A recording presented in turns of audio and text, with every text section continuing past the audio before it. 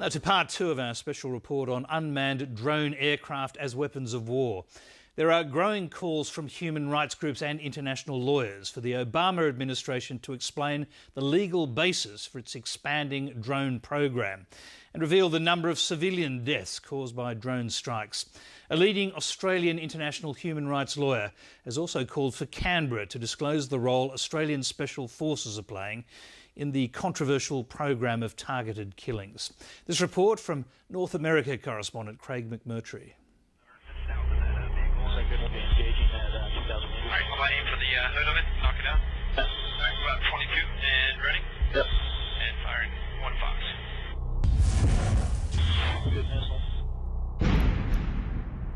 The death of al-Awlaki is a major blow to al-Qaeda's most active operational affiliate.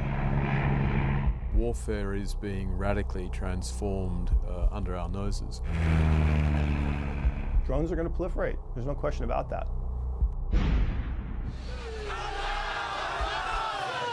In Pakistan, hundreds of tribesmen vent their anger over the killing of 5 people in a US drone strike in North Waziristan. One of the dead is a Taliban leader, said to have links to al-Qaeda. It's one of more than 200 CIA-led drone strikes in Pakistan during Barack Obama's time in office. Strikes that have disrupted al-Qaeda and its networks. But they're also believed to have killed hundreds of civilians. The precise death toll is hotly disputed. America's Central Intelligence Agency refuses to release any information. Mission details are classified. Covert operations are different than conventional military operations. That's why most countries on the world have covert forces and they do things that other people can't do. James Carafano is a 25-year US Army veteran and senior defence analyst at the conservative think tank, the Heritage Foundation. Well, I think the United States, like every nation on earth, has an inherent right of self-defense. Who puts someone on the target list?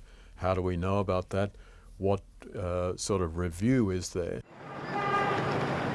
At the New York University School of Law, Professor Philip Alston considers the administration's program of targeted killings in Pakistan a violation of international law.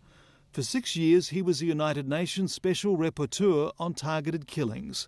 As well as questioning the legal justification for the drone strikes, he's highly critical of the secrecy surrounding them. CIA spokespeople have said at certain points that in recent years at least there have been no civilian casualties. Now we know that is not true. It cannot be true.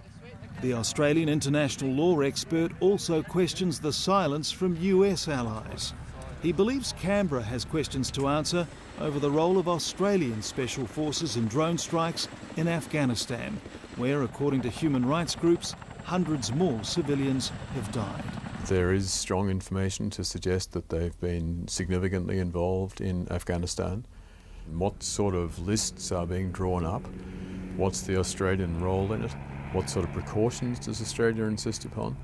Have there been any incidents where they believe civilians have been inappropriately killed? And if so, what actions have they taken? In a written response, the Australian Defence Department ignores most of the questions. It says air support used by special forces in Afghanistan may include armed remotely piloted aircraft, adding, on several occasions special forces have aborted an authorised air support mission before the release of a weapon or directed that a weapon be diverted to a safe area mid-flight after observing civilians entering the target area. The key issue is proportionality. But how can we tell if it's proportional if we don't have the information? Well, you can't. The defence analyst is also troubled by the Obama administration's lack of transparency. He believes the pressure on Washington over targeted killings will intensify as the US-led war in Afghanistan winds down. At some point, I think that arguing that the legal justification under the authority to use post-9/11 doesn't really hold anymore. I don't think Congress ever intended that to be an open letter to say you can do global sniper operations for everywhere in the world. In December last year, the world was given a rare glimpse of a new generation US stealth drone. Tehran paraded a top-secret Sentinel, claiming to have brought it down by jamming US controls. From new secret US drone bases and operations now extending well beyond armed conflicts in Iraq and Afghanistan, the US has a lead in both hardware and software and is developing new drone technology, much of it also in secret. The Predator has already been replaced by the larger, more powerful Reaper. The next generation armed drone, the stealthier Avenger, is currently being tested. Research dollars are being poured into this technology, including cutting-edge research still in its infancy into something called lethal autonomy. That is, designing software that would allow a drone in a mission to identify, target and kill without any human involvement at all. It conjures up nightmare images of Terminator, when Skynet, a giant computer, becomes self-aware and attacks humanity. If you look at Deep Blue and Watson, we have robots that are smarter than human beings in certain circumstances. So why is it so hard to believe that robots could be more humane to us, to treat us better in the battlefield than we treat each other? Professor Ronald Arkin says human fear of robots has long been a money spinner for Hollywood.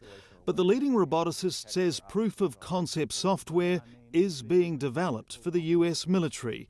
He believes it's possible to encode the laws of war and for drones to compute proportionality. And he says some form of lethal autonomy is inevitable. They don't have to shoot first and ask questions later, nor act out of anger. They can rather act, in my view, in a first do no harm strategy.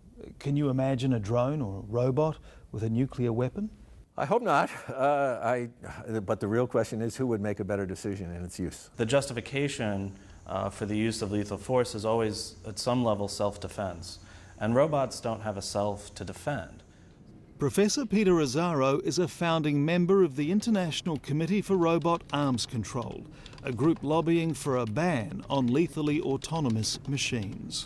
They're distancing soldiers and officers from the ethical and moral implications of their decisions to use lethal force. Software technology for lethal autonomy is still at least 10 years away.